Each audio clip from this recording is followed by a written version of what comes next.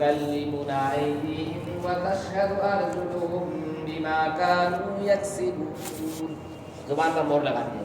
سب سے پہلے انسان کی یہ داہنی ران بولیں گی، اس کو اللہ گویا زبان دیں گے، وہ بولیں گے کہ مجھ سے کیا حرکت ہے. یہ اعضاء، یہ ہاتھ، یہ پیر، یہ جتنے اعضاء ہیں سارے اعضاء بولیں گے. تو کہا میں اپنے خلاف کسی کی گواہی قبول نہیں کرتا. ٹھیک ہے، کوئی مسئلہ نہیں. اس کی زبان کی مہر ہٹا دی جائے گی، بولے گا آپ بول کیا کریں.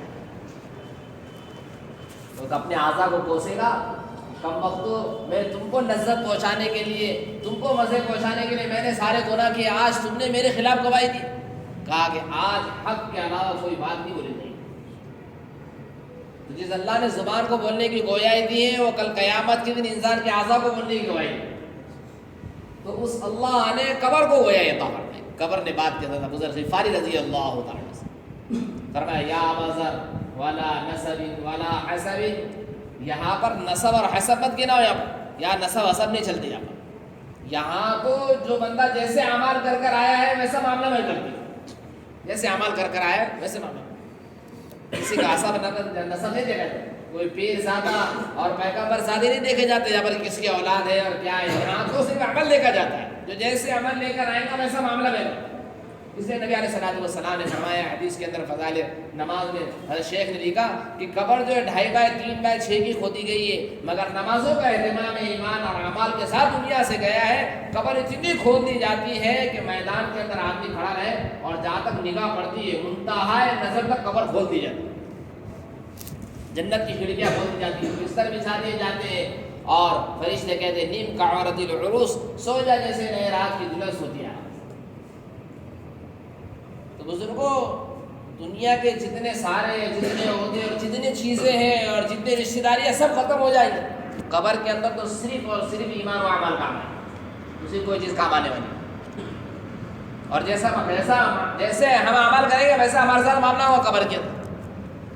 پھر دوسری روایت نبی علیہ السلام نے فرمایا کہ آدمی اعمال کو چھوڑ کر نمازوں کو ضائع کر کے اور دنیا کی نمازوں کو برباد کر کے دنیا سے جاتا ہے اور یہ کمزور ایمان اور اعمال کو توشہ اس کے ساتھ نہیں ہے، اس کو قبر کے اندر رکھا جاتا ہے اور 2.5 بائی 3 بائی 6 کی قبر کھودی گئی ہے، مگر اعمال نہیں ہے، ایمان کمزور ہے. نبی علیہ السلام نے فرمایا حدیث پاک کے اندر قبر اس کو بھیجتی ہے، دباتی ہے دونوں طرف سے.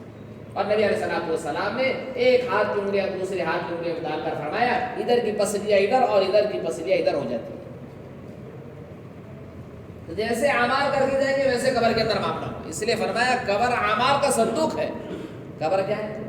قبر اعمال کا صندوق ہے. جیسے اعمال کر کے جائیں گے ویسا معاملہ وہاں پر. تو بزرگ دوستوں، جو ایمان و اعمال کی بات بار بار کہی جا رہی ہے گھروں پر اور دکھڑوں پر اور شوراؤں پر اور دنیا کے ہر مارکیٹ کے اندر جو ایمان و اعمال کی بات بار بار کہی جا رہی ہے اور ایمان والا غفلت اور سستی برت رہا ہے اس کے اندر، تو یہ دنیا کی عارضی اور وقتی آنکھ ہم سب کی بند ہو جائیں گی.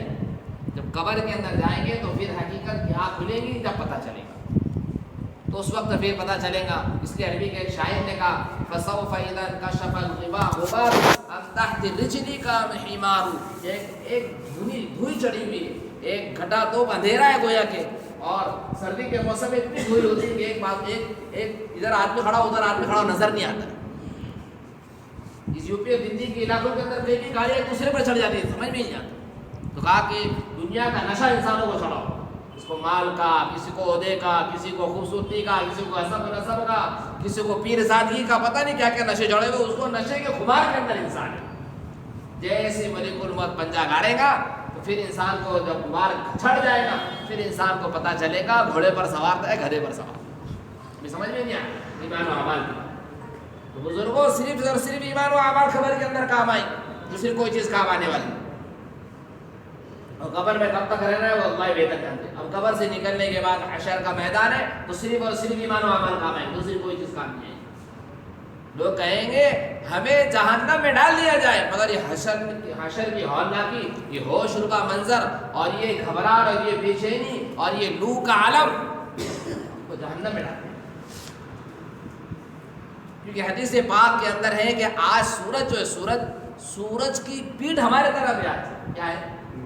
سورج کی پیٹھ ہمارے طرف ہے. آج اس کا چہرہ ہمارے طرف نہیں، سورج کی پیٹھ ہمارے طرف. جن ممالک میں گرمی ہوتی ہے لوگ گرمی میں جھلس کے مر جاتے ہیں. حرمین شریفین لوگ جاتے تو پوچھو کسی گرمی ہوتی اور کل قیامت کے دن حشر کے میدان کے اندر سورج کا چہرہ انسانوں کی طرف ہوگا، سارے حشر والوں کی طرف، اور سورج قریب ہوگا، قریب کر دیا جائے تو بتاؤ کتنی تپش ہوگی اور کتنی. اس لیے حدیث کے اندر ہے کہ آدمی اپنے اپنے گناہوں کے بعد شراب اپنے گناہوں کے بعد وہ پسینے میں شرابور ہوگا، گھٹنوں تک ٹخنوں تک، اور کسی کو ایسے منہ میں لگام جیسی لگتی جیسے یہاں تک آ رہا ہوں گا پسینے، کوئی گوتے لگا رہا ہوں گا پسینے میں. محشر کے میدان میں کھڑے ہوئے پریشان ہاتھ برہنہ اور ننگے. ہم نے جہاں عائشہ صدیقہ رضی اللہ عنہ نبی علیہ الصلوۃ والسلام نے فرمایا اللہ کے رسول مرد عورتیں سب ساتھ میں کھڑے رہیں گے. کہا سب ساتھ میں، کہا کہ بڑی شرم آئے گی. کہا کہ عائشہ کسی کو دیکھنے کی فرصت ہی نہیں ہوگی، اتنے ہوش کا منظر ہوگا عائشہ. مگر ایسے حشر کے میدان کے اندر یہ بزرگوں ایمان و اعمال والے، ایمان و اعمال والے، ہاں ایمان ہے مضبوط، اعمال کر کے دنیا سے گئے ہیں، ہے نا. جیسے رمضان آ رہا، رمضان مبارک آ رہا، تو ایک روایت فیضی زیور کے اندر حضرت تھانوی رحمۃ اللہ علیہ نے نقل کی روایت کو کہ جن نے زندگی میں رمضان مبارک کے روزوں کا اہتمام کیا زندگی میں، تو کل حشر کے میدان میں لوگ یہ ہولناک منظر کے اندر ہوگی. سورج کا چہرہ ان کی طرف ہوگا، لوگ بولیں گے حساب کتاب شروع ہو، ہم کو جہنم میں ڈال دیا جائے. مگر یہ حشر کے میدان سے چھٹی ہو. اس موقع کے بعد حضرت تھانوی رحمۃ اللہ علیہ نے لکھا کہ کچھ لوگوں کے عرش کے سائے میں دسترخوان لگے ہوئے. کہاں دسترخوان لگے ہوئے؟ عرش کے سائے میں دسترخوان لگے ہوئے اور کھا رہے. گلتا آباد والے کیا کھا رہے؟ نان خلیہ کھا رہے. کھانڈیش والے کیا کھا رہے؟ مانڈے گوشت کھا رہے. جس کو جو پسند ہے وہ کھا رہے.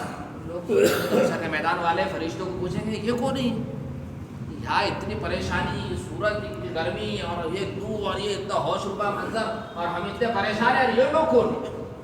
یہ وہ لوگ ہیں جنہوں نے رمضان کے روزے زندگی بھر اہتمام سے رکھے، روزے چھوڑے نہیں، روزے اہتمام سے رکھے. تو آج وہ اللہ کے کون ہے؟ مہمان.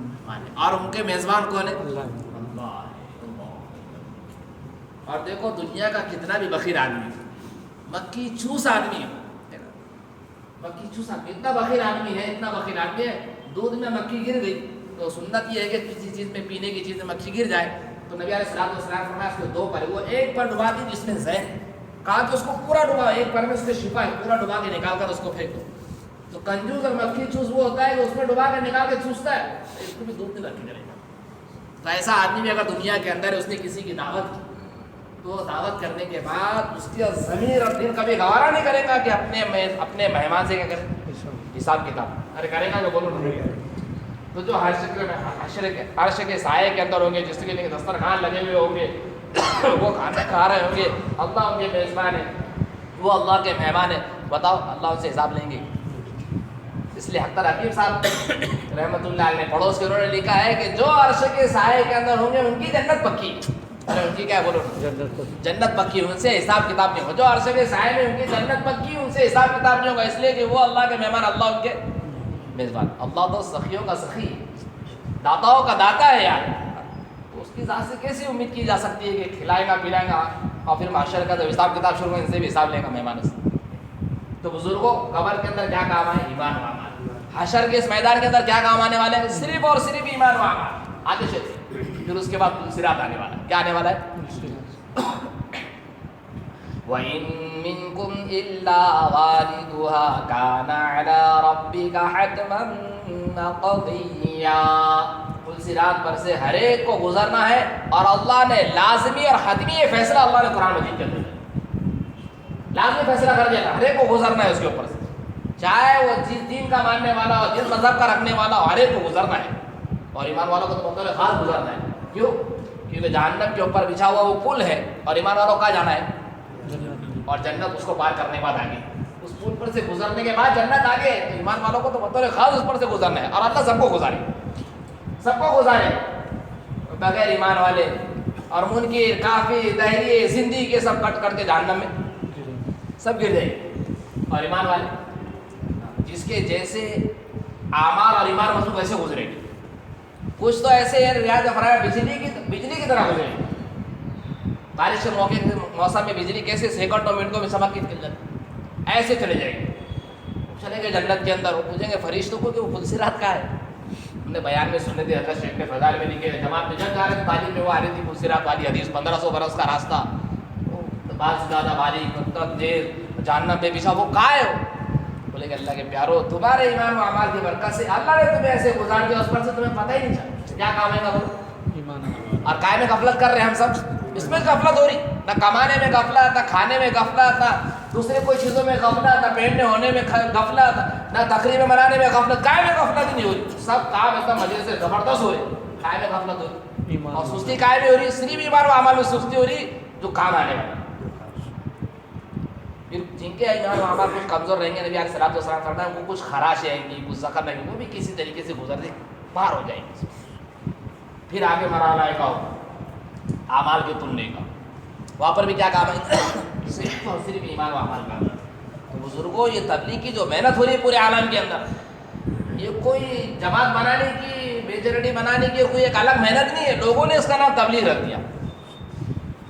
ہمارے تبلیغ کے بانی حضرت مولانا الیاس صاحب نور اللہ مرقدہ حضرت فرمایا کرتے تھے, ہم نے اس کا نام تبلیغ جماعت نے رکھا, لوگوں نے رکھ دیا اس کا نام تبلیغ جماعت. ہم اگر اس کا کوئی نام رکھتے تو ہم اس کا نام رکھتے تحریک ایمان. ایمان میں حرکت, ایمان میں طاقت, ایمان میں قوت, ایمان میں بڑھوتری, اور پھر اعمال میں جان. عمل کرے گا پھر آدمی ایمان میں قوت و طاقت پیدا ہوگی. تو بزرگوں سب کو, ہم سب کو, جس نے کلمہ پڑھا اس کو ایمان و اعمال کی محنت کرنا, ایمان و